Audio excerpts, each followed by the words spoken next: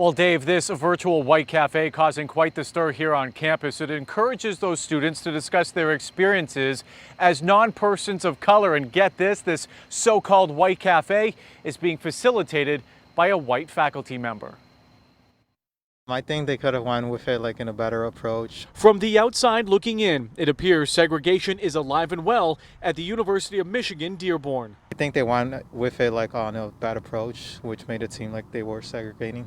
A so-called virtual white cafe is inviting white students to RSVP to enter the cafe, which encourages the white students to talk about experiences and brainstorm solutions to common issues within the non-people of color community. I think this is kind of really a bad thing to go on. So I'm against this kind of decisions. So this is a university where it's of great diversity, and so people from various parts of the world too are here.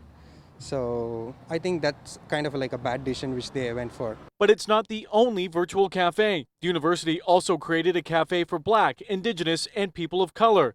These two cafes are hosted by the Center for Social Justice and Inclusion. We reached out to the university about these virtual cafes.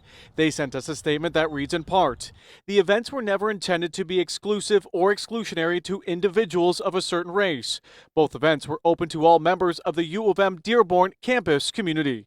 The statement goes on to say, "The terms used to describe these virtual events and the descriptions themselves were not clear and not reflective of the university's commitment to diversity, equity, and inclusion." Maybe they were trying to gather research, see how people were distinguished, and then improve things on campus.